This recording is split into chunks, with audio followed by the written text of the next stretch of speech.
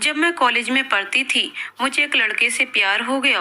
मैं जल्दी ही उससे शादी करना चाहती थी। मेरी मम्मी पापा उस लड़के से शादी करने को तैयार ही नहीं थे। मैंने अपने माता पिता के खिलाफ जाकर उससे शादी कर ली और कभी पलटकर अपने माता पिता को नहीं देखा। मैं अपने पति के साथ रहने लगी। फिर मुझे एक बेटी हो गई। लेकिन अचानक एक दिन मेरे पति ने मेरे साथ जो किया, मेरे होश उड़ गए। मैं 3 दिन मम्मी के बिस्तर के पास से नहीं हटी थी। मेरी आंखें जल रही थीं, पर मेरी नजरें सामने लगे मॉनिटर से नहीं हट रही थीं। मॉनिटर की स्क्रीन पर चलती टेढ़ी मेढ़ी लाइन इस बात की गवाह थी कि अभी वो जिंदा हैं। मुंह पर लगे ऑक्सीजन मास्क से आती हुई उनकी सांसों की आवाजें मेरे कानों में जब आती तो मैं सिर उठाकर ईश्वर को धन्यवाद देने लगती। थैंक यू गॉड, तू दयालु है। मम्मी को लंग कैंसर था। उन्हें ये बीमारी कैसे हुई मुझे पता नहीं चला। हल्की फुल्की खांसी से शुरू होते होते खांसी के दौरे और फिर मुंह से खून निकलना, सब कुछ मुझसे छुपाती रही। मैं छोटी थी, पर इतनी भी छोटी नहीं थी कि उनकी बातों को समझ ना सकूं।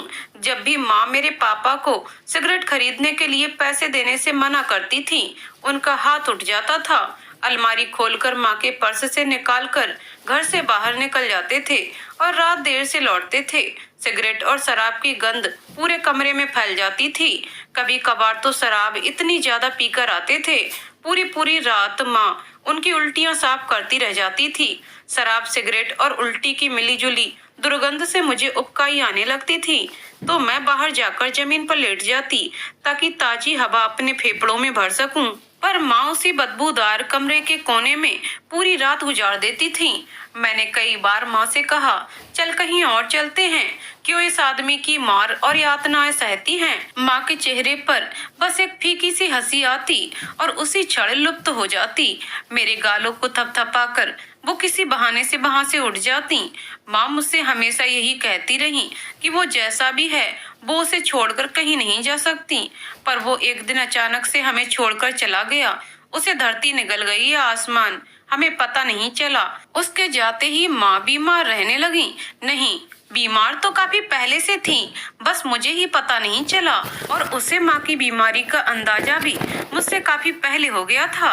शायद इसी वजह से वो हमें छोड़कर चला गया था।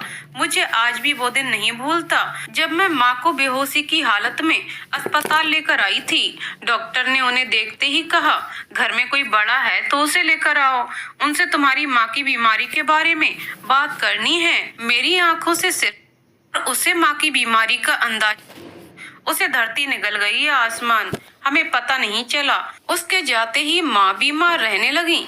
नहीं, बीमार तो काफी पहले से थी, बस मुझे ही पता नहीं चला। और उसे माँ की बीमारी का अंदाजा भी मुझसे काफी पहले हो गया था। शायद इसी वजह से वो हमें छोड़कर चला गया था। मुझे आज भी वो दिन नहीं भूलता जब मैं माँ को बेहोशी की हालत में अस्पताल लेकर आई थी। डॉक्टर ने उन्हें देखते ही कहा, घर में कोई बड़ा है तो उसे लेकर आओ, उनसे तुम्हारी माँ की बीमारी के बारे में बात करनी है। मेरी आंखों से सिर्फ आंसू निकले थे। मैं सिर्फ 14 साल की तो थी, बस इतना ही कह पाई कि हमारे घर में कोई और नहीं है, सिर्फ मैं हूँ। मैंने इतनी धीमी आवाज में कहा था कि शायद ही डॉक्टर को मेरी बात सुनाई दी हो। माँ का एक्सरे हुआ, उससे पता चल गया कि उनके फेफड़े खराब हो चुके हैं। एक एक करके टेस्ट पर टेस्ट होते चले गए। फेफड़ों का कैंसर निकला, वो भी आखिरी चरण का। उसके पास सिर्फ गिनती के दिन बचे हुए थे। उन्होंने माँ को अस्पताल में भर्ती कर लिया और उनका इलाज शुरू हो गया। मेरे पास इतने पैसे नहीं थे कि मैं माँ का इलाज करवा सकूं, पर उनके इलाज में कोई रुकावट नहीं आई। डॉक्टर और अस्पताल वालों ने मुझसे इलाज के लिए एक पैसा नहीं मांगा। मैं जब भी पैसे की बात करती तो मुझे हमेशा यही कहा गया, तुम चिंता मत करो। बात करती तो मुझे हमेशा यही कहा गया, तुम चिंता मत करो, उनके इलाज में किसी तरह की कोई कमी नहीं होगी। मैं फिर सिर उठाकर ईश्वर को धन्यवाद देती और मेरे मुंह से हमेशा यही शब्द निकलते, तू दयालु है, तू जानता है किसको कब क्या चाहिए। माँ को अस्पताल में भर्ती हुए 1 महीने से ऊपर हो गया था। दिन प्रतिदिन उनकी तबीयत खराब होती जा रही थी। मैं जब भी डॉक्टर से उनके बारे में पूछती तो मुझसे कहते, अपनी माँ के लिए दुआ करो। माँ के लिए मेरे होठों से सिवाय दुआओं के अलावा कुछ कभी कभी निकलता ही नहीं था।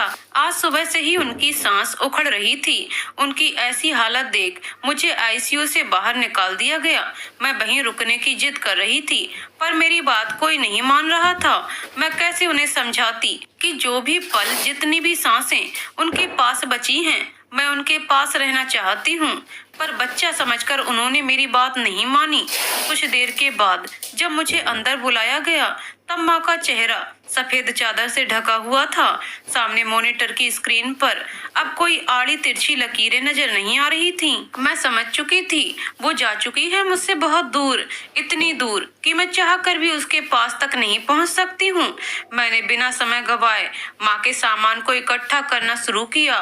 माँ के तकिए के नीचे से उनके मोबाइल के साथ एक लिफाफा मिला। मैंने उत्सुकता बस उसे उठा लिया। उसे खोलकर देखा तो उसमें कुछ रुपए और एक चिट्ठी थी जो मेरे लिए लिखी हुई थी। मैंने खत खोलकर देखा। चंद टेढ़ी मेढ़ी लाइनों में माँ ने मेरे लिए कुछ लिखा था। अस्पताल में ये चिट्ठी उन्होंने कब लिखी और इसका पता मुझे कैसे पता नहीं चला। हाथ में पकड़ी चिट्ठी को मैंने पढ़ना शुरू किया। प्रिय अमीसा, मैं जानती हूँ कि जब तुम्हें ये खत मिलेगा मैं इस दुनिया को छोड़कर जा चुकी होंगी। ये तुम्हारे साथ अन्याय नहीं तो और क्या है। तुम सोच रही होगी कि अगर ऐसा है तो फिर मैं ये अन्याय तुम्हारे साथ क्यों कर रही हूँ। अगर मेरे बस में होता तो शायद मैं कभी तुम्हें अकेला नहीं छोड़ती। काश ईश्वर ने मुझे गिनती की सांसें नहीं दी होती। तुम्हारे पैदा होने के बाद मैंने जाना ममता क्या होती है। मैं तुम्हें पल पल बड़ा होते हुए देखना चाहती थी, पर अब मैं मजबूर हूँ मेरी बच्ची। मैं अपने हिस्से की सांसें जी चुकी हूँ। मुझे हमेशा इस बात का अफसोस हमेशा रहा है कि मैं ना अच्छी माँ बन सकी और ना ही अच्छी बेटी। बचपन से लेकर आज तक जिन चीजों की तुम हकदार थी, मैं माँ होने के नाते कभी तुम्हें दे नहीं सकी। आज जब मौत मेरे सिरहाने खड़ी है, तब मुझे एहसास हो रहा है कि अपने बच्चे से बिछड़ना क्या होता है। तुम मेरी बहुत अच्छी बेटी हो। काश मेरे मम्मी पापा भी मेरे लिए ऐसा कह सकते। मैंने उन्हें बहुत दुख दिए हैं बेटा। काश मैंने अतीत में सही फैसले किए होते और तुम्हें एक खुशहाल जिंदगी दे सकती। काश मेरे इख्तियार में होता तो मैं अपने उन फैसलों को बदल सकती, पर शायद मेरी नियति में यही लिखा था। तुम्हें इस दुनिया में अकेले छोड़कर जाने का ख्याल मुझे सुकून से मरने नहीं देगा। मेरे चले जाने के बाद तुम खुद को अकेला महसूस नहीं करना। मैं हमेशा तुम्हारे पास रहूंगी अमीसा, मेरी बच्ची। मेरे जाने के बाद बस तुम्हें इस पते तक पहुंचना है। उसके बाद मुझे यकीन है कि तुम खुद को सुरक्षित हाथों में पाओगी और तुम्हें अपने जीवन में कभी किसी चीज की कमी महसूस नहीं होगी। बस अब मैं थक चुकी हूँ। मेरे हाथ कांप रहे हैं और मुझे धुंधला दिखाई दे रहा है। अमीसा, मैं जो तुमसे अब मांग रही हूँ उसे मेरी अंतिम इच्छा समझना। अमीसा, मेरी बच्ची, मेरी अस्थियों को किसी नदी में प्रवाहित मत करना। जिस घर का पता मैं तुम्हें बता रही हूँ, उस घर के पीछे बने बगीचे की मिट्टी में उन्हें फैला देना है। तभी मेरी आत्मा को शांति मिलेगी। तुम्हारी माँ वसुधा। माँ के चले जाने के बाद पूरा 1 महीना मैंने इस इंतजार में बिता दिया कि शायद वो लौट आए, पर मेरे पापा नहीं आए। मैंने अपने सामान को इकट्ठा करना शुरू किया। हर कोने में माँ से जुड़ी यादें थीं। किसे अपने साथ लेकर जाऊं और किसे छोड़ जाऊं, मुझे समझ नहीं आ रहा था। मेरे बचपन के खिलौने, मेरी किताबें, कपड़े, एक एक करके मैं उन्हें इकट्ठा करती जा रही थी। घर में माँ का गिना चुना सामान था। गिनती की साड़ियों के अलावा ऐसा कुछ नहीं था जिसे मैं अपने साथ लेकर जाती। बस साथ लेकर जा रही थी वो अच्छी बुरी यादें जो हमने इस छोटे से कमरे में एक साथ जी थी। माँ ने जैसा कहा मैंने वैसा ही किया। घर को ताला लगाकर बस स्टैंड से बस पकड़कर मैं सीधे देहरादून पहुंच गई। बस स्टैंड के बाहर ऑटो रिक्शा की लाइन लगी हुई थी। मैंने हाथ में पकड़े पते को ऑटो रिक्शा वाले को दिखाया और उसे चलने के लिए कहा। आधे घंटे के बाद उसने ऑटो एक लाल रंग की ईंटों से बने हुए ढलान वाली छत के मकान के सामने रोक दिया। उसके बाहर लीची, अमरूद और नाशपाती के पेड़ लगे हुए थे, जिन्होंने मकान को अपनी ओट में ले लिया हुआ था। मकान बाहर से काफी पुराना लग रहा था। गेट पर लकड़ी का बड़ा सा दरवाजा था, जिसके सीधे हाथ की तरफ पर डोरबेल लगी हुई थी। ऑटो वाले को पैसे देकर मैंने डोरबेल बजाई और इधर उधर देखते हुए उसकी नजर घर के बाहर नेम प्लेट पर गई। उस पर जो नाम लिखा था उसे पढ़कर वो हैरान हो गई। वसुधा निवास, वसुधा निवास, मन ही मन मैं इस नाम को दोहरा रही थी। तभी घर के अंदर से एक अधेड़ उम्र का शख्स बाहर निकला और मुझे सामने देखकर कहने लगे, तुम अमीसा हो, वसुधा की बेटी? मैंने हाँ में सिर हिला दिया। जी मैं अमीसा हूँ। बड़ी बेतकल्लुफी से उन्होंने मेरे हाथ से मेरा सामान लिया और मुझे अंदर चलने के लिए कहा। मुझे थोड़ी झिझक तो हो रही थी, पर फिर भी मैं उनके पीछे चल दी, ये सोचकर कि माँ ने अगर मुझे इनके पास भेजा है तो कुछ सोच समझ कर ही भेजा होगा। एक लंबी सांस भरकर मैं उनके पीछे पीछे चल दी। घर के अंदर बहुत खूबसूरती से पतली पतली लाल ईंटों से क्यारियां बनाई हुई थीं, जिसमें बेहद खूबसूरत फूल लगे हुए थे। गुलाब और गेंदे के फूलों के अलावा दूसरे मौसमी फूलों से क्यारियां भरी हुई थीं। सच कहूं तो मैं उन फूलों के नाम नहीं जानती थी। जामुनी, गुलाबी, नारंगी, पीले रंगों से क्यारियां लहला रही थीं। मेरे आगे बढ़ते हुए कदम वहीं रुक गए और मैं क्यारियों के पास आकर रुक गई। बहुत सुंदर फूल हैं, मेरे मुंह से निकला। हाँ वाकई, इनसे खूबसूरत चीज तो दुनिया में कोई नहीं है। मैं वहाँ खड़ी फूलों की पत्तियों पर हाथ फेरने लगी। इन्हें देखने के लिए तुम्हें बहुत समय मिलेगा। चलो पहले अंदर चलो, इतने लंबे सफर के बाद तुम थक गई होगी। ऐसी यहाँ बहुत सी क्यारियां घर के पीछे बने बगीचे में भी हैं। जल्दी ही तुम्हें सब दिखा दूंगा। बिना कुछ कहे मैं फिर उनके पीछे पीछे चलने लगी। सफेद संगमरमर के बने फर्श पर चलते हुए वो एक लकड़ी के दरवाजे के सामने आकर रुक गए। मेरे लिए दरवाजा खोलकर मुझे पहले अंदर आने का इशारा करने लगे। मैं उनके कहे अनुसार चलते हुए एक बड़े से कमरे में आ गई। कमरे में नीले रंग के सोफे रखे हुए थे और उनके साइड में नक्काशीदार गहरे रंग की साइड टेबल थी और कमरे के बीचों बीच भी कांच की नक्काशीदार लकड़ी की मेज थी, जिसके ऊपर बेहद खूबसूरत सफेद संगमरमर के 2 हाथियों की मूर्ति थी। कमरे के एक तरफ आग जलाने के लिए अतिशदान था, जिसके ऊपर 12 सिंगा का सिर दीवार पर लटका हुआ था। मैं अतिशदान के पास खड़ी होकर उसे देखते हुए मैं कमरे की दूसरी दीवारों को देखने लगी। कमरे की दूसरी दीवारों पर मरे हुए जानवरों के सिर लटके हुए थे, जिन्हें देखकर मुझे अजीब सा एहसास हो रहा था कि ये घर है, ये अजायब घर। ये घर किसका है? अमीसा ने उनसे पूछा। ये घर तुम्हारे नाना का घर है।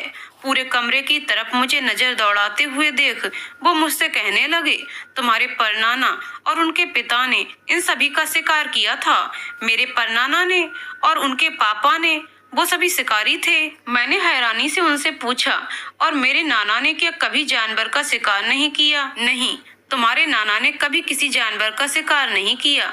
उनका कहना था अब इस कमरे की दीवारों पर कोई जगह ही नहीं बची है कि वह अपने शिकार को लगा सकें। रियली? नहीं, मैं मजाक में कह रहा था। अपने पापा के साथ वो कभी कभार चले जाते थे, पर शिकार करना उनका शौक कभी नहीं रहा। आपको शिकार करने का शौक है? अमीसा ने पीछे मुड़कर उनकी तरफ देखते हुए कहा। नहीं, मुझे निरीह जानवरों को मारने का शौक नहीं है। आप कौन हैं? मैं विक्रम सिंह हूँ। ये तो आपका नाम है। माँ को आप कैसे जानते थे? मैं तो वसुधा को बचपन से जानता हूँ। आप मेरी माँ को बचपन से जानते हैं? मैंने हैरानी से पूछा। मेरा और तुम्हारी माँ का बचपन इसी घर में बीता है। नहीं, ऐसा कैसे हो सकता है? क्योंकि जहाँ तक उसे याद है उसके परिवार में सिर्फ 2 लोग ही हुआ करते थे। तीसरे किसी का नाम उसने कभी नहीं सुना, न ही कभी माँ और पापा ने किसी का जिक्र किया। ऐसा कैसे हो सकता है? इंसान के मुंह से कभी ना कभी अनजाने में ही अपनों का नाम निकल जाता है। फिर ऐसा क्या हुआ था कि माँ ने कभी अपने परिवार के बारे में कुछ नहीं बताया? अमीसा सोच रही थी। क्या हुआ अमीसा? किस सोच में डूब गई हो? कुछ नहीं, सब कुछ बहुत अजीब सा लग रहा है मुझे। लग रहा है कि जैसे मैं। कहते हुए उसने अपनी बात अधूरी छोड़ दी, ये सोचकर कि अभी तो बहुत सारी बातें ऐसी हैं जिन्हें वो जानती ही नहीं है। तुम खड़ी क्यों हो? यहाँ बैठो, कहकर उसे सोफे पर बैठने का इशारा किया। वो चुपचाप जाकर सोफे पर बैठ गई। तभी कमरे में एक शख्स दाखिल हुआ और विक्रम मुझसे कहने लगे, राम सिंह, ये अमीसा है, आज से ये यहीं रहेगी। इनका सामान कमरे में रख दो। नहीं, रहने दें, मैं खुद रख लूंगी, कहकर वो उठने लगी। नहीं, आप यहीं बैठे अमीसा बेबी, हम रख देंगे। राम सिंह मुझे बेबी कहकर बुला रहा था। सब कुछ यहाँ अजीब सा है। मैं इस तरह के माहौल की आदी नहीं थी। अमीसा, तुम सफर से आई हो, तुम फ्रेश हो जाओ। फिर इकट्ठे खाना खाते हैं। जी ठीक है, कहकर वो उठ खड़ी हुई और उन्होंने राम सिंह को उसका कमरा दिखाने के लिए कहा। मैं राम सिंह के पीछे चलती हुई जा रही थी। कई कमरों को पार करने के बाद राम सिंह एक कमरे के आगे आकर रुक गए। अपनी जैकेट की जेब से चाबियों का एक गुच्छा निकालकर दरवाजे को खोलने लगे। कमरे के अंदर घुसते ही सीधे हाथ की तरफ स्विच बोर्ड था, जिसे ऑन करते ही पूरा कमरा रोशनी से जगमगा उठा। इतनी सारी लाइट्स जलाने की क्या जरूरत है? मैंने कमरे में घुसते हुए राम सिंह से कहा। इस कमरे में ऐसा ही सिस्टम है। वसुधा दीदी को अपने कमरे में बहुत सारी रोशनी चाहिए होती थी तो बड़े साहब से शिकायत करती थी। क्या बाबा, बत्तियां जलाते जलाते हमारे हाथ दुखने लगते हैं।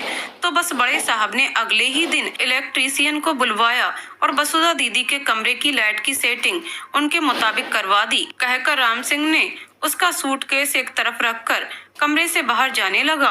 अमीषा ने पीछे से आवाज लगाकर उससे पूछा, आप मेरी माँ को जानते हैं? ये कमरा मेरी माँ का हुआ करता था। वसुधा बेबी को हम कैसे नहीं जानेंगे? हमारा तो पूरा परिवार कई पीढ़ियों से साहब लोगों की सेवा कर रहा है। हम तो यहीं पैदा हुए हैं। वसुधा बेबी का सुनकर बहुत दुख हुआ है। तितलियों की तरह पूरे घर में घूमती रहती थी, हमको एक पल का चैन नहीं लेने देती थी। एक फरमाइश पूरी नहीं करते तब तक दूसरी फरमाइश सुना देती थी। हमको तो साहब ने उनके कामों के लिए रख दिया था। दिन में 3-4 बार जब तक बाजार नहीं दौड़ा देती थी उनको चैन नहीं पड़ता था। न जाने किसकी नजर इस घर को लग गई। वसुधा बेबी दिल्ली क्या गई, ये घर तो सूना हो गया। साहब मेम साहब सारा दिन अपने कमरे में बैठे वसुधा बेबी की तस्वीरों को देखते रहते थे। राम सिंह, क्या हुआ? अभी अमीषा को उसका कमरा नहीं दिखाया? आया साहब जी। विक्रम की आवाज आते ही राम सिंह अमीषा को कमरे में छोड़ बाहर चला गया। राम सिंह ने जैसे ही कमरे से बाहर गया, अमीषा कमरे से रखी एक एक चीज को बड़े ध्यान से देखने लगी।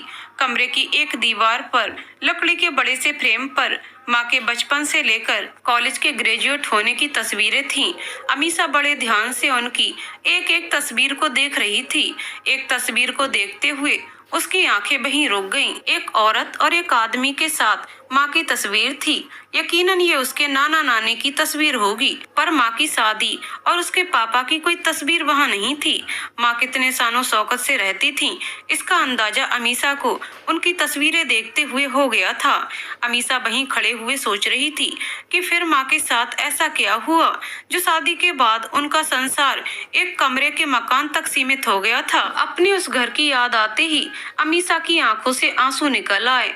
माँ कितनी तकलीफें झेला करती थी, उसके बावजूद उसने कभी किसी से कोई शिकवा शिकायत नहीं की। सोचते हुए कमरे की खिड़की से पर्दा हटाकर बाहर देखने लगी। उसके सामने एक खूबसूरत बगीचा था। रंग बिरंगी फूलों की क्यारियां दीवार के चारों ओर थीं। माँ ने इसी बगीचे के बारे में लिखा था। अपने ही ख्यालों में खोई हुई अमीषा का ध्यान तब भंग हुआ जब उसके कमरे के दरवाजे पर दस्तक हुई। अमीषा, मैं अंदर आ जाऊं? उसे विक्रम सिंह की आवाज सुनाई दी। जी आ जाइए, कहकर अमीषा पलंग से उठकर खड़ी हो गई। क्या हुआ? कुछ नहीं, बस इस बगीचे को देख रही थी। तुम्हारी माँ की सबसे पसंदीदा जगह थी और छुपने की भी। जब भी किसी से नाराज होती तो यहाँ आकर छुप जाती थी। सब जानते थे कि वो यहीं पर होगी, फिर भी उसे ढूंढने का नाटक करते थे। अमीषा के चेहरे की तरफ देखते हुए कहने लगे, तुम रो रही हो अमीषा? मुझे माँ की याद आ रही है। कहते हुए वो फपक कर रोने लगी। मैं तुम्हारी तकलीफ को समझ सकता हूँ अमीषा। नहीं, आप नहीं समझ सकते। आपने माँ की तकलीफें नहीं देखी हैं। मैंने देखा है उन्हें हर रोज घुट घुट कर मरते हुए। आपने कहा ये मेरे नाना का घर है।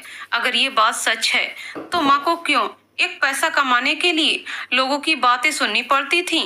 क्यों नहीं उन्होंने आकर हमारी मदद की? ऐसा कौन अपने बच्चों के साथ करता है? अमीषा, मैं तुम्हारी हर बात का जवाब दूंगा। चलो पहले तुम मुंह हाथ धो लो। कहते हुए विक्रम उसका हाथ पकड़कर उसे बाथरूम के दरवाजे तक ले आए। अमीषा एक अच्छे बच्चे की तरह उनकी बात मानकर बाथरूम के अंदर चली गई। वॉश बेसिन का नल खोला और मुंह पर पानी के छींटे मारने लगी। आंखों से निकलते हुए आंसू पानी के साथ घुलकर सिंक की नाली में बहते चले जा रहे थे। सामने शीशे की तरफ देखते हुए खुद को संभालने की कोशिश करने लगी। हैंडल में लटके टॉवल को लेकर उससे मुंह पोंछा और बाहर आ गई। विक्रम सिंह अभी वहीं खड़े होकर उसका इंतजार कर रहे थे। उसे बाहर आते देख उनके चेहरे पर मुस्कान आ गई। अमीषा का हाथ पकड़कर उसे अपने साथ चलने के लिए कहा, चलो पहले खाना खाते हैं। अमीषा को उनका हाथ पकड़ना कुछ अटपटा सा लगा और उनसे कहने लगी, मेरा हाथ छोड़े, मैं बच्ची नहीं हूँ, खुद आ सकती हूँ। अरे हाँ, मैं भूल गया था कि तुम बच्ची नहीं हो। चलो, मुझे बहुत जोर से भूख लगी है। राम सिंह कब से खाना लगाकर हमारा इंतजार कर रहा है। खाने की मेज पर बैठते ही विक्रम ने उससे पूछा, खाने में तुम्हें क्या पसंद है? अमीषा ने बस धीरे से कहा, जो मिल जाता है मैं सब कुछ खा लेती हूँ। मैंने माँ से कभी किसी चीज की फरमाइश नहीं की, जो बनाती थी चुपचाप खा लेती थी। अमीषा, तुम अपनी माँ की तरह नहीं हो, तुम बहुत अच्छी बेटी हो। कहते हुए विक्रम ने चावल का ढोंगा उसके सामने रख दिया। आज राम सिंह ने अपनी पसंद का खाना बनाया है। तुम्हारा जो भी खाने का मन करे तुम उसे बता देना, वो बना देगा। आप ऐसा क्यों कह रहे हैं? क्या मेरी माँ बहुत बुरी थी? नहीं, मेरा ये कहने का हरगिज मतलब नहीं था। तुम्हारी माँ बहुत अच्छी थी, पर जिद्दी बहुत थी। उसके जिद्दी स्वभाव ने सब कुछ खत्म कर दिया। नहीं, मेरी माँ ऐसी नहीं थी जैसा आप कह रहे हैं। जब से मैंने होश संभाला है, मैंने उन्हें किसी बात के लिए जिद करते नहीं देखा। पापा की हर जायज नाजायज बात को वो मानती रहीं। अपने ऊपर होते सब अत्याचारों को चुपचाप सहती रही हैं। इतनी तकलीफें सहने के बाद भी माँ ने कभी उफ नहीं की थी। अमीषा, तुमने अपनी माँ का सिर्फ एक रूप देखा है। वो किसी की बेटी भी थी और बहुत लाडली भी थी। तुम इतना तो समझ सकती हो कि औलाद को खोने का दर्द एक माँ बाप के लिए क्या होता है। विक्रम अंकल, अगर मेरे नाना नानी माँ से इतना प्यार करते थे तो कभी हमसे मिलने क्यों नहीं आए? अमीषा, तुम्हारी माँ उनसे सारे रिश्ते नाते तोड़ चुकी थी। वो तो ये भी नहीं जानते थे कि उनकी बेटी जिंदा भी है या। कहते हुए विक्रम चुप होते गए। चलो छोड़ो, पहले तुम आराम से खाना खाओ, बाकी की बातें बाद में करेंगे। जी ठीक है, कहकर अमीषा चुप हो गई। सब्जी तो लो, ये मटर पनीर की सब्जी है और ये राजमा है। लाओ कटोरी दो, मैं डाल देता हूँ। आप रहने दें, मैं खुद ले लूंगी। आपसे एक बात पूछ सकती हूँ? हाँ हाँ पूछो, तुम कुछ भी मुझसे पूछ सकती हो। आज मैं आपसे पहली बार मिली हूँ, मैंने आपको मेरा नाम भी नहीं बताया। फिर आपको कैसे पता चला कि मेरा नाम अमीषा है और मैं वसुधा की बेटी हूँ? मुझे तो ऐसा लग रहा है कि मेरे यहाँ आने से पहले ही आपको पता था कि मैं यहाँ आने वाली हूँ। अमीषा, तुम पहले खाना खा लो, फिर तुम्हारे सब सवालों के जवाब दे दूंगा। खाना खाने के बाद अमीषा और विक्रम दोनों ड्राइंग रूम में आकर सोफे पर बैठ गए। विक्रम ने अमीषा से कॉफी का पूछा तो उसने हाँ कह दी। राम सिंह को आवाज लगाकर विक्रम ने कॉफी बनाने के लिए कहा। कुछ देर तक दोनों चुप थे। अमीषा सोच रही थी विक्रम खुद बात शुरू करेंगे और विक्रम उसके चेहरे पर छाई उदासी और परेशानी को पढ़ रहे थे। थोड़ी देर बाद राम सिंह कॉफी बनाकर ले आया और उसे टेबल पर रखकर चला गया। विक्रम ने कॉफी का मग टेबल से उसे उठाकर पकड़ा दिया। अमीषा हाथ में पकड़े हुए विक्रम के चेहरे को गौर से देखती रही कि कब वो अपनी बात शुरू करते हैं। दोनों की कॉफी खत्म हो चुकी थी और विक्रम सोफे से उठकर कमरे के चक्कर लगाने लगा। अमीषा वहीं बैठे उसे इधर उधर चक्कर लगाते हुए देख रही थी। उसका व्यवहार अब उसे कुछ अजीब सा लग रहा था। अमीषा को ऐसा लग रहा था कि विक्रम उसे बेवकूफ बना रहा है और वो उसकी माँ के अतीत के बारे में कुछ नहीं जानता है। उसके सब्र का बांध टूट रहा था। उसने विक्रम से आखिरकार सीधे सीधे पूछ लिया, आप मुझे मेरी माँ के बारे में कुछ बताना चाहते हैं या यूं ही मुझे बहला रहे हैं? और आप आज पहली बार मुझसे मिले, आपको मेरा नाम कैसे मालूम हुआ? अमीषा, मैं मन ही मन उन कड़ियों को जोड़ रहा हूँ जिनके सिरे सालों पहले टूट चुके थे। क्या मतलब है आपकी इस बात का? मैं कुछ समझी नहीं। अमीषा, मेरा और तुम्हारी माँ का बचपन यहीं देहरादून में बीता है। इसके साथ ये बात भी सच है कि ये तुम्हारे नाना महेंद्र प्रताप सिंह का घर है। मेरा पुश्तैनी घर यहाँ से कुछ ही दूरी पर है।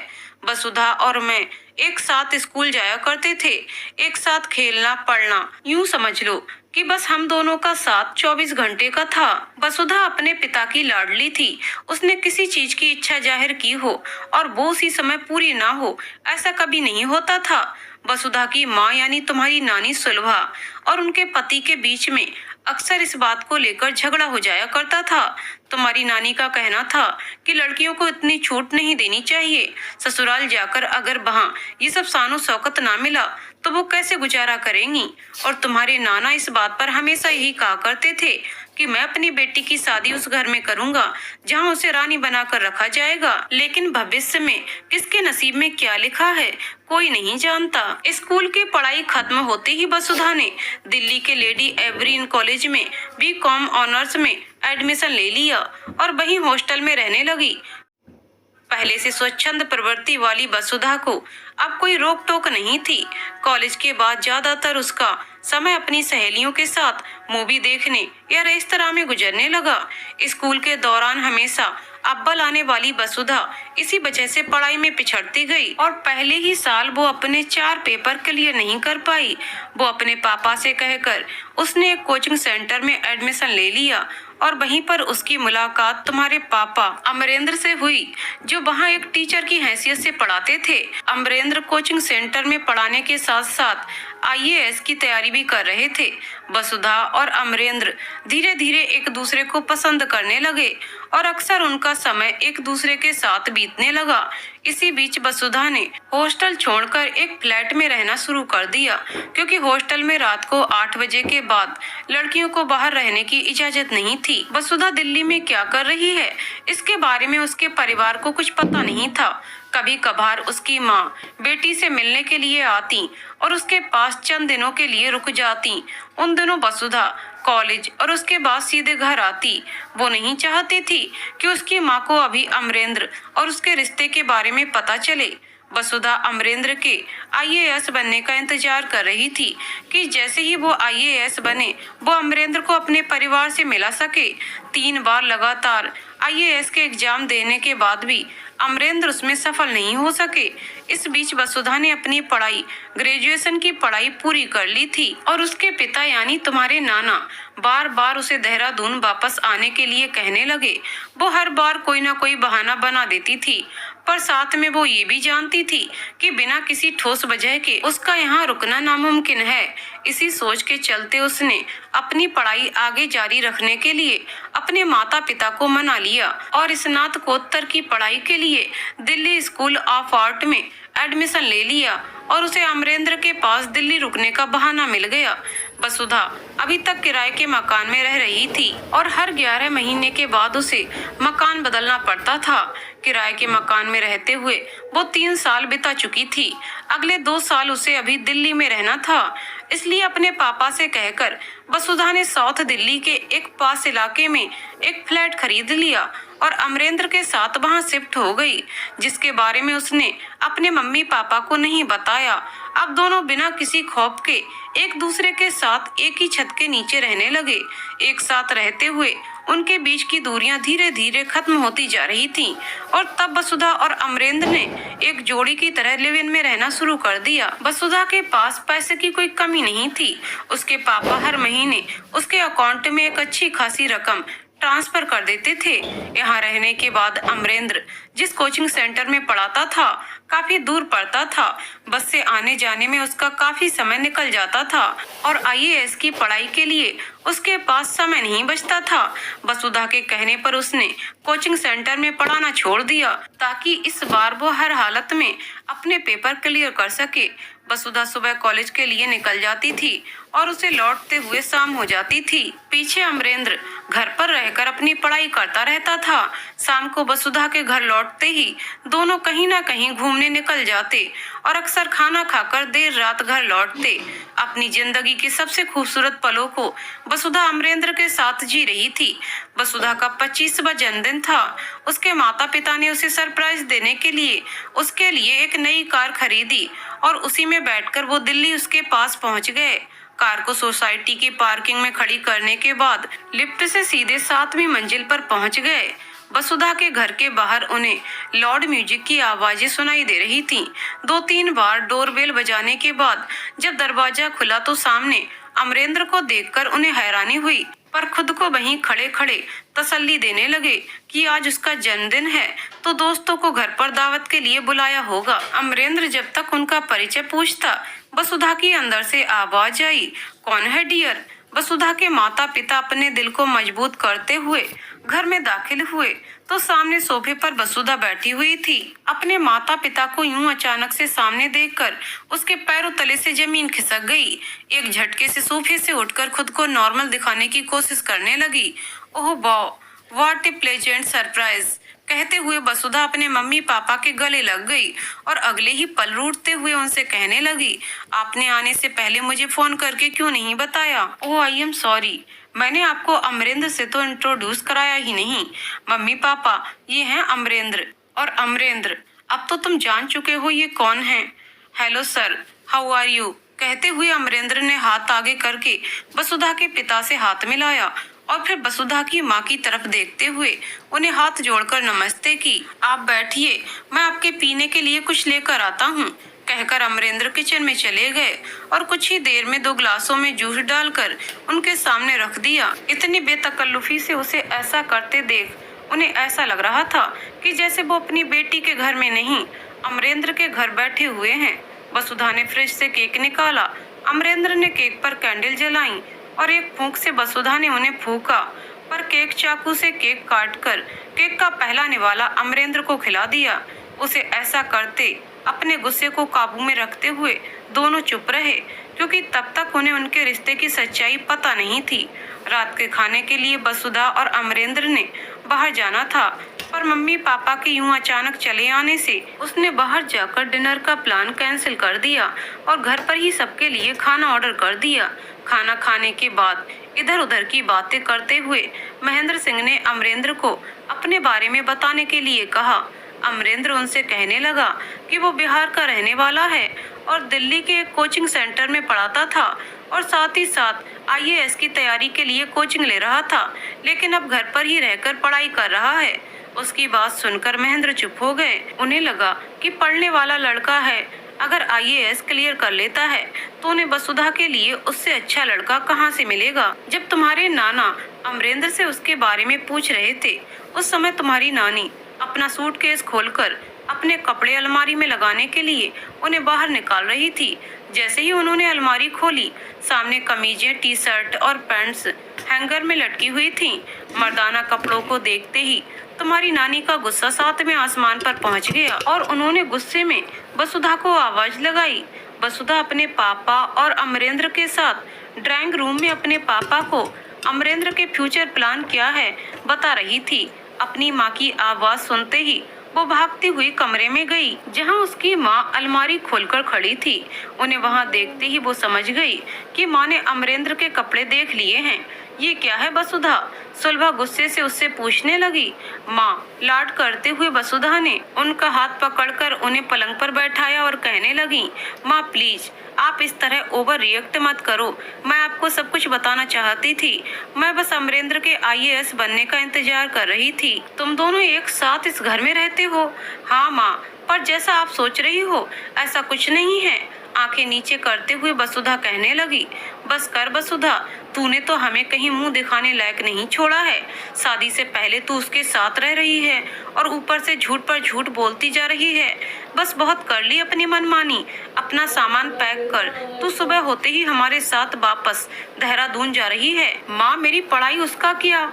मेरे फाइनल एग्जाम अगले महीने हैं और मैं कहीं नहीं जा रही हूँ। जितना पढ़ना था तूने पढ़ लिया है, अब बस और तेरी मर्जी नहीं चलेगी। ये बात तू कान खोलकर सुन ले। आप मेरे साथ जबरदस्ती नहीं कर सकती। मैं कहीं नहीं जा रही हूँ। मुझे यहीं रहकर अपने कैरियर पर फोकस करना है। मुझे सब दिखाई दे रहा है वसुधा, आजकल तेरा फोकस कहाँ है? कहते हुए उसके सुलभा ने अपने कपड़े वापस सूटकेस में डाल लिए और उसे बंद कर दिया। माँ प्लीज, आप यहाँ कुछ दिन मेरे पास रहें। आप खुद अमरेंद्र को पसंद करने लगेंगी। वो बहुत अच्छा लड़का है माँ। बचपन से लेकर आज तक आपने मेरी बात मानी है, तो फिर आज क्यों नहीं मान सकते? तू सही कह रही है बेटा, अगर बचपन से ही थोड़ी सख्ती की होती तो आज ये दिन देखने को नहीं मिलता। तुझे तो अपने किए पर जरा सी भी शर्म नहीं आ रही है, उल्टा हमें समझने के लिए कह रही है। वसुधा, मैं आखिरी बार कह रही हूँ, कल तू हमारे साथ जा रही है, अपना सामान पैक कर ले और उस लड़के को भी कह दे अलमारी से अपना सामान निकालने के लिए। सुबह तड़के हम यहाँ से निकल जाएंगे। माँ, मैंने कह दिया कि मैं कहीं नहीं जाऊंगी। अपनी आवाज को ऊंचा करते हुए वसुधा कहने लगी, आपसे बात करने का कोई फायदा नहीं है, मैं पापा से बात करती हूँ। कहकर पैर पटकते हुए वसुधा कमरे से बाहर चली गई। वसुधा और सुलभा की आवाजें कमरे से बाहर तक जा रही थीं। महेंद्र सिंह को वहीं बैठे हुए समझ में आ गया था कि माँ बेटी किस बारे में बात कर रहे हैं। पापा, आप माँ को समझाएं, मुझे कहीं नहीं जाना है, मुझे अपनी पढ़ाई पूरी करनी है, कहते हुए उनके पास आकर बैठ गई। वसुधा, तुम्हारी माँ सही कह रही हैं, जितना पढ़ना था तुम पढ़ चुकी हो, अब इससे ज्यादा की उम्मीद हमसे मत करना। पापा, अपने हाथ के इशारे से उन्होंने वसुधा को और कुछ भी कहने से रोक दिया। सब मेरी ही गलती है ना तुम्हें इतनी छूट देता और ना ही मुझे ये दिन देखने को मिलता, कहकर महेंद्र सिंह वहां से उठ खड़े हुए। रात काफी हो चुकी थी। उन्होंने उस वक्त वसुधा से कुछ भी कहना उचित नहीं समझा। वो उठकर अंदर कमरे में चले गए। सुलभा पलंग पर बैठी हुई रो रही थी। महेंद्र को सामने देख उसका गुस्सा सातवें आसमान पर फूट पड़ा। सब तुम्हारे लाड़ प्यार का नतीजा है महेंद्र। मैं हमेशा से तुम्हें कहती रही, लड़की है, उसे इतनी छूट मत दो, पर तब तुम्हें मैं उसकी दुश्मन लगती थी, कहकर वो फूट फूट कर रोने लगी। हमारी इकलौती औलाद है वो सुलभा, कैसे न उससे लाड़ प्यार करता। अच्छा, रोना बंद करो, जो हुआ सो हुआ, कल वो हमारे साथ वापस जा रही है, अपने आप कुछ दिनों में प्यार का भूत उसके सर से उतर जाएगा, कहकर महेंद्र अपनी पत्नी को तसल्ली देने लगे। ये जानते हुए भी वो वसुधा की जिद के आगे हमेशा से ही झुकते आए हैं, पर इस बार ऐसा नहीं होगा। पूरी रात दोनों की करवटें बदलते हुए रात बीत गई। सुबह कब उनकी आंख लगी उन्हें पता ही नहीं चला। जब नींद खुली तो दिन निकल आया था। पूरे घर में सन्नाटा पसरा हुआ था। किसी अनहोनी की आशंका से दोनों घबरा उठे और वसुधा के कमरे में जाकर उसे देखने लगे। उसका कमरा खाली था। सामने अलमारी के पट खुले हुए थे, जो कह रहे थे कि पंछी तो कब के उड़ चुके हैं। वसुधा के कमरे को खाली देख उसके पिता उसे फोन मिलाने लगे। उसका नंबर बंद आ रहा था। दिल्ली जैसे शहर में उसके कौन दोस्त हैं, उसके बारे में उन्हें कुछ पता नहीं था। पूरा दिन वो उसका घर पर बैठकर उसके लौटने का इंतजार करते रहे, इस उम्मीद से कि जब उसका गुस्सा ठंडा होगा तो वो लौट आएगी। पर वसुधा घर लौटकर आने के लिए नहीं गई थी। उसने तो अपने माता पिता को दूसरा मौका भी नहीं दिया कि वो सब एक साथ बैठकर बातचीत करते और कोई हल निकालते। एक दूसरे को तसल्ली देते हुए उन्हें वहां रहते हुए 1 सप्ताह से ज्यादा बीत चुका था। इस बीच उसकी यूनिवर्सिटी में उसके डिपार्टमेंट में जाकर उसके बारे में जानने की कोशिश की। वहां जाकर पता चला कि पिछले 1 सप्ताह से वो यूनिवर्सिटी आई ही नहीं है। अब उनके पास दिल्ली के उस घर में बैठे रहने का कोई औचित्य नहीं बचा था। घर को ताला लगाकर महेंद्र और सुलभा वापस देहरादून लौट आए। अब उन्हें यकीन होता जा रहा था कि अब वसुधा लौट कर नहीं आएगी। अगर उसने लौटना ही होता तो वो जाती ही नहीं। वसुधा के स्वभाव को वो दोनों बहुत अच्छी तरह से जानते थे कि वो बहुत जिद्दी है। उन्हें डर था कि कहीं वो खुद को ही नुकसान ना पहुंचा दे। तुम्हारे नाना ने हमेशा उसकी जरूरतों का ख्याल रखा है, वसुधा को किसी तरह की तकलीफ ना हो, ये सोचते हुए वो उसके अकाउंट में पैसे ट्रांसफर करवाना चाहते थे, पर वसुधा ने अपना बैंक अकाउंट बंद करवा दिया। दिन और महीने बहुत तेजी से बीत रहे थे। ऐसे ही पूरा 1 साल बीत गया। वसुधा कहाँ है, किस हाल में, उसकी जानकारी उन्हें नहीं थी। महेंद्र सिंह बीच बीच में वसुधा को फोन मिलाते रहते, इस उम्मीद से कि शायद अब वो उनसे बात कर ले, पर हर बार उन्हें ये मैसेज सुनाई देता कि जिस नंबर से आप संपर्क कर रहे हैं वह स्विच ऑफ है। वसुधा ने उनसे हर तरह का संपर्क तोड़ दिया था। यहाँ तक कि कुछ समय के बाद उसने अपना फोन नंबर भी बदल लिया ताकि कोई उस तक पहुँच न सके। इसी बीच वसुधा की माँ का देहांत हो गया और महेंद्र सिंह बिल्कुल अकेले हो गए और ये अकेलेपन उनकी जिंदगी को दीमक की तरह खा रहा था। पर साथ ही वो वसुधा के लौटने की उम्मीद को जिंदा रखना चाहते थे। इसलिए न जाने कितनी बार बिना किसी को बताए वो चुपचाप अकेले ही वसुधा को ढूंढने के लिए दिल्ली निकल जाते और हर बार खाली हाथ लौट कर आते। इकलौती औलाद का दिया दुख उन्हें न जीने दे रहा था और न ही मरने। वसुधा के इंतजार में उनकी आंखें हर वक्त दरवाजे पर लगी रहती थीं। उन्हें लगता था शायद इतना समय बीत जाने के बाद उसे अपनी गलती का एहसास हो गया होगा और वो लौट आएगी, पर वसुधा नहीं आई और उनका ये इंतजार हमेशा के लिए उनके साथ ही खत्म हो गया। कहकर विक्रम चुप हो गए। अमीषा के लिए सब पचाना आसान नहीं था। माँ के अतीत के बारे में वो कुछ नहीं जानती थी, पर विक्रम जिस वसुधा का जिक्र कर रहे थे उसकी माँ उससे भिन्न थी। उसने माँ को कभी भी किसी से ऊंची आवाज में बात करते हुए नहीं सुना था। माँ को कभी किसी चीज के लिए जिद करते उसने नहीं देखा था। विक्रम अंकल को जरूर कुछ गलतफहमी हो रही है।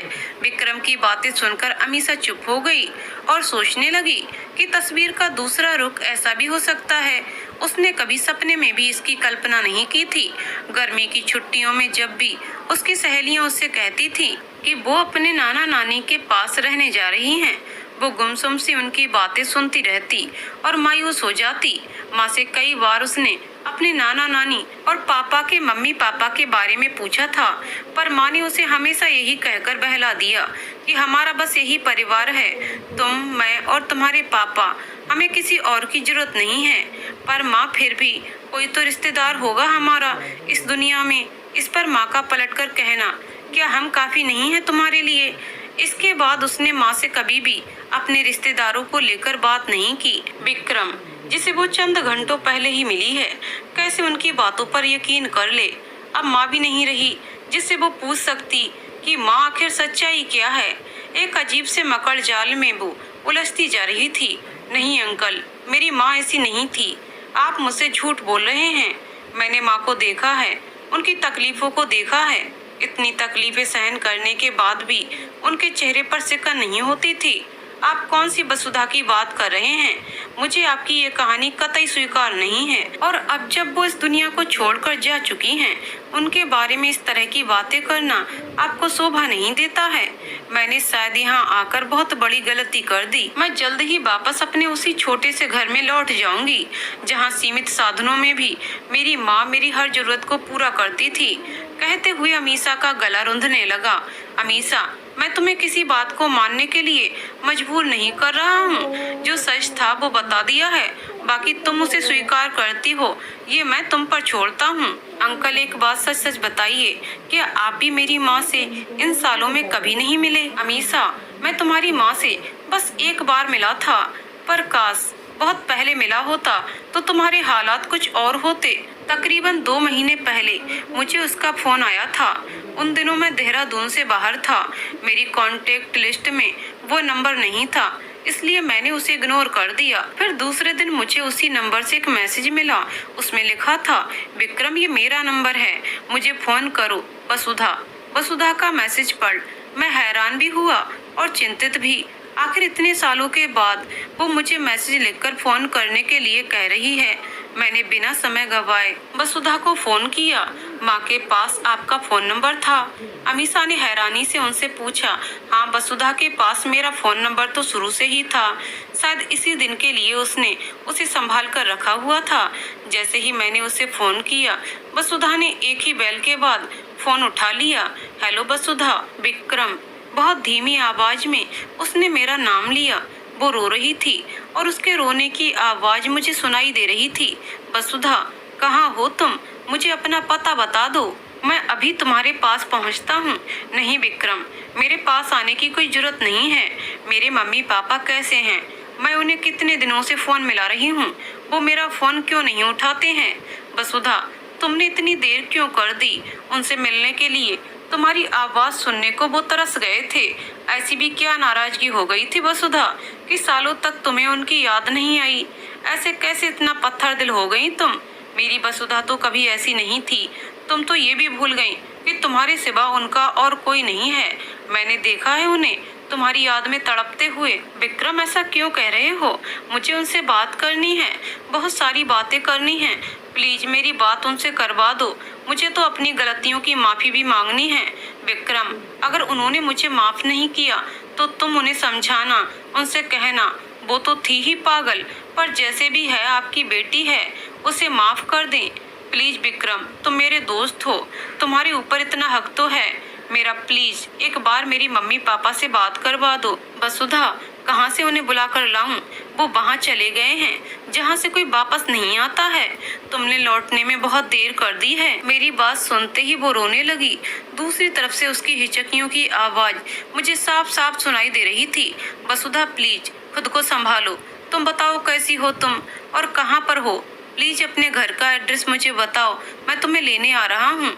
नहीं विक्रम, तुम जहाँ हो वहीं रहो, मुझे तुम्हारी मदद की जरूरत है। करोगे ना मेरी मदद? मम्मी पापा के बाद एक तुम ही हो जिससे मैं हक से कुछ भी मांग सकती हूँ। विक्रम, मेरी एक बेटी है अमीसा, मेरे जाने के बाद तुम उसका ख्याल रखना होगा। अमीसा तुम्हारे और अमरेंद्र की बेटी कितने साल की है वो? हाँ, मेरे और अमरेंद्र की बेटी है, वो 14 साल की है विक्रम। हाँ ठीक है, मैं उसका ध्यान रख लूंगा। तुम दोनों क्या कुछ दिनों के लिए कहीं बाहर जा रही हो? हाँ यूं ही समझ लो, पर कुछ दिनों के लिए नहीं, मैं हमेशा के लिए अपनी बेटी तुम्हें सौंप कर जाना चाहती हूँ। मम्मी पापा से मिले बहुत साल हो गए हैं विक्रम, अब हमेशा के लिए उनके पास जाना चाहती हूँ। मैंने उन्हें बहुत दुख दिए हैं, शायद उन्हीं दुखों की सजा मैं भुगत रही हूँ। वसुधा, तुम क्या कह रही हो? तुम ठीक तो हो? कैसी बहकी बहकी सी बातें कर रही हो? मैं उनके पास जा रही हूँ, प्लीज खुद को संभालो और मुझे बताओ कि कहाँ पर हो। मैं फौरन तुमसे मिलना चाहता हूँ, फिर बैठकर आराम से बात करते हैं। नहीं, तुम नहीं आओगे विक्रम, जब समय आएगा मैं अपनी बेटी को खुद तुम्हारे पास भेज दूंगी। कहकर वसुधा ने फोन बंद कर दिया। उसके बाद आपकी फिर से माँ से फोन कभी बात नहीं हुई? अमीसा ने विक्रम से पूछा। अमीसा चुपचाप विक्रम और उसकी माँ की सालों बाद हुई फोन की बातचीत सुन रही थी। अमीसा के पूछने पर कि क्या उसकी माँ से फिर से कभी बात नहीं हुई, विक्रम उससे कहने लगा उसके बाद वो हर रोज वसुधा से बात करता था और जैसे जैसे उनकी बातों का सिलसिला बढ़ता चला गया, वसुधा उसे अपनी जिंदगी के बारे में उसे सब कुछ बताती चली गई। मैंने वसुधा से अमरेंद्र के बारे में पूछा कि वो क्या कर रहा है, उसकी पोस्टिंग कहाँ पर है, पर हर बार वो मेरे इस सवाल को घुमा देती थी। यकीन मानो अमीसा, अमरेंद्र के बारे में सब कुछ जानने के पीछे मेरा सिर्फ एक मकसद था और वो था मेरा तुम लोगों तक पहुंचना। विक्रम अंकल, पर पापा तो दिल्ली में ही रहते थे। जहाँ तक मुझे याद है मैंने उन्हें किसी और शहर में नौकरी करते हुए नहीं देखा है। उनका तो अधिकांश समय घर पर ही गुजरता था। मेरे जोर देने के बाद तुम्हारी माँ ने अपना मुंह खोला और मुझे बताया कि अमरेंद्र कभी आईएएस क्लियर कर ही नहीं सके। अमरेंद्र जब पहली बार वसुधा से मिले थे वो आईएएस की तैयारी कर रहे थे। 3 बार वो परीक्षा में सफल नहीं हो सके और जब तुम्हारी माँ ने अपने मम्मी पापा के खिलाफ जाकर अमरेंद्र के साथ अपना घर छोड़ा था, उन्हीं दिनों अमरेंद्र एक बार फिर से जी जान लगाकर आईएएस की परीक्षा की तैयारी कर रहे थे, पर उनके हालात कुछ ऐसे हुए कि वो परीक्षा में बैठ ही नहीं सके। अचानक से घर गृहस्थी की जिम्मेदारियों के तले उनका आईएएस बनने का सपना धूल में मिल गया और अपनी नाकामयाबी का जिम्मेदार उसने वसुधा को ठहराया कि जब से वो उसके जीवन में आई है उसका करियर, उसकी महत्वाकांक्षाएं सब तबाह होता चला गया। अपनी गलतियों को उसने कभी स्वीकार नहीं किया। जीवन में कुछ न हासिल कर पाने की फ्रस्ट्रेशन उसे गलत रास्ते पर ले गई और उसका जिम्मेदार भी वो हर वक्त वसुधा को ठहराता रहा। ये सब आपको माँ ने बताया है? अमीसा ने उनसे पूछा। हाँ बिल्कुल, ये सब कुछ तुम्हारी माँ ने मुझे बताया है। उसने बताया कि अमरेंद्र का हाथ अक्सर उस पर उठ जाता था और वो अब तक नहीं करती थी। 1 साल के बाद तुम इस दुनिया में आ गई, पर अमरेंद्र का व्यवहार तुम्हारी माँ के प्रति बद से बदतर हो गया। वसुधा, जिसकी एक ख्वाहिश को उसके पापा पूरा करने के लिए कुछ भी कर जाते थे, वो कैसे अमरेंद्र जैसे इंसान को सालों तक झेलती रही? क्यों नहीं वो समय रहते वापस अपने घर लौट आई? औलाद चाहे कितनी भी गलतियां करे, माँ बाप उसे माफ कर ही देते हैं और वसुधा तो उनकी इकलौती औलाद थी। हम दोनों को एक दूसरे से बात करते हुए 1 महीना हो चुका था। तब तक वसुधा ने मुझे अपनी बीमारी के बारे में कुछ नहीं बताया था। इसी बीच फिर से वसुधा ने अपना फोन फिर बंद कर दिया। जब भी मैं फोन मिलाता तो यही मैसेज आता कि आप जिस नंबर से संपर्क करना चाहते हैं वह फिलहाल बंद है। मुझे उसकी चिंता हो रही थी कि अब ऐसा क्या हो गया है कि उसने फोन बंद करके रख दिया है। और एक दिन मैंने उसे फोन मिलाया तो फोन वसुधा की जगह किसी और ने उठाया। मैंने जब उनसे वसुधा के बारे में पूछा तो उसने मुझे बताया कि वसुधा पिछले 1 सप्ताह से यहाँ अस्पताल में भर्ती है और उनके टेस्ट चल रहे हैं। इस समय उसे एक्सरे के लिए लेकर गए हुए हैं। मैंने उस नर्स से पूछा कि आखिर हुआ क्या है उसे, तो उसने मुझे बताया कि उन्हें लंग कैंसर है और उनकी हालत ठीक नहीं है। नर्स की बात सुनकर मैं परेशान हो गया और मैंने उससे पूछा कि हालत ठीक नहीं है, इसका क्या मतलब है। उसने मुझे बताया कि वसुधा चंद दिनों की मेहमान है। नर्स ने मेरे बारे में पूछा कि मैं कौन हूँ, तो मैंने उससे कहा कि मैं फैमिली फ्रेंड हूँ, कुछ समय से इंडिया से बाहर था, इसलिए वसुधा की बीमारी के बारे में मुझे कुछ पता नहीं था। मैंने नर्स से पूछा कि वसुधा कौन से अस्पताल में है।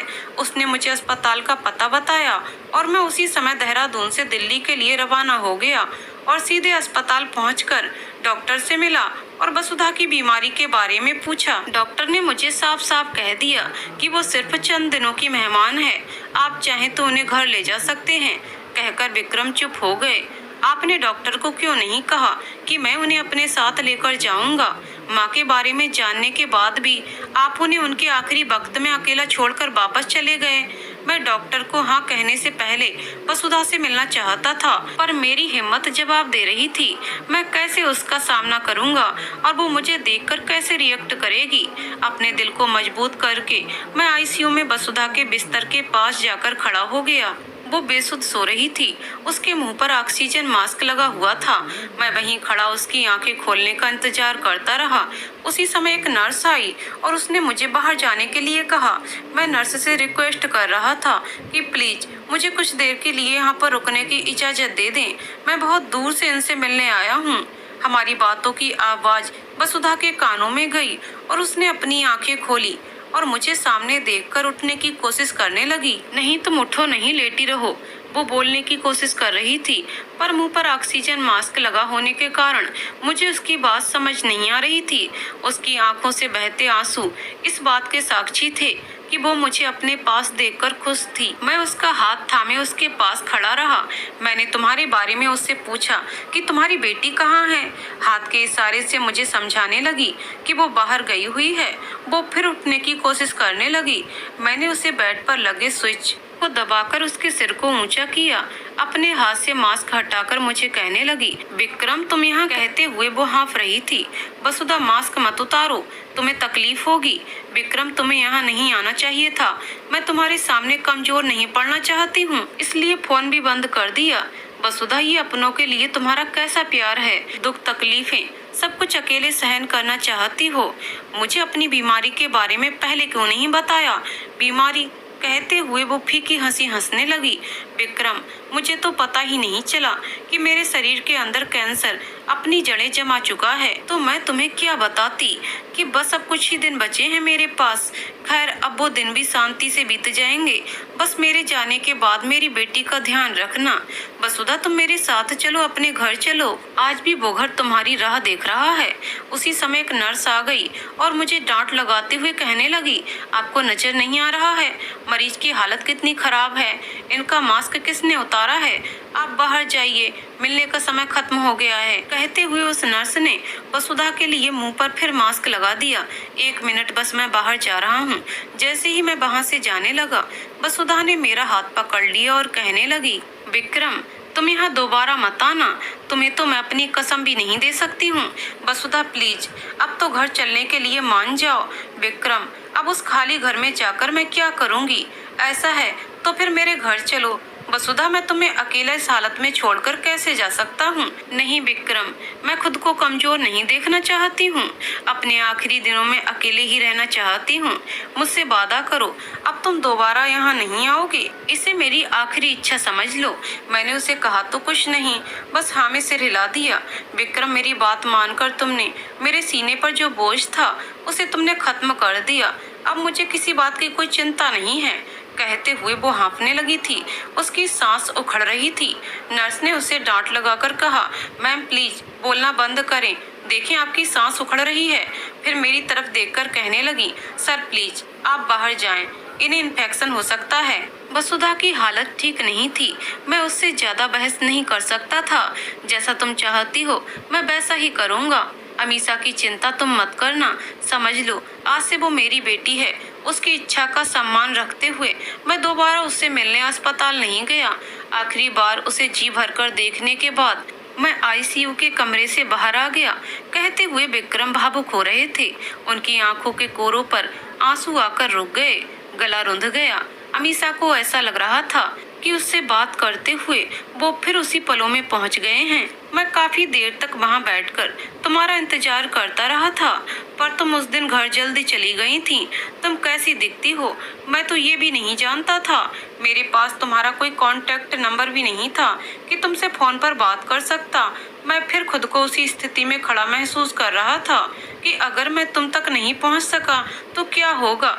मैं तुम्हें फिर हमेशा के लिए खो दूंगा, जैसे हमने वसुधा को खो दिया था। आखिर वसुधा की बात का मान रखते हुए मैं अस्पताल से सीधे वापस देहरादून आ गया। तुम्हारी माँ नहीं चाहती थी कि मैं वहां रुककर उसे तिल तिल मरते हुए देखूं, पर मैं वसुधा के डॉक्टर से लगातार संपर्क में था। विक्रम अंकल, एक बात आपसे पूछ सकती हूँ? हाँ पूछो बेटा, बेझिझक पूछो। माँ के इलाज के लिए हमारे पास पैसे नहीं थे। उस दिन भी मैं पैसों का इंतजाम करने के लिए घर जल्दी चली गई। कीमती सामान के नाम पर मेरे पास माँ की 2 चीजें थीं, जिन्हें उन्होंने बहुत बुरे दिनों में भी अपने से दूर नहीं किया था।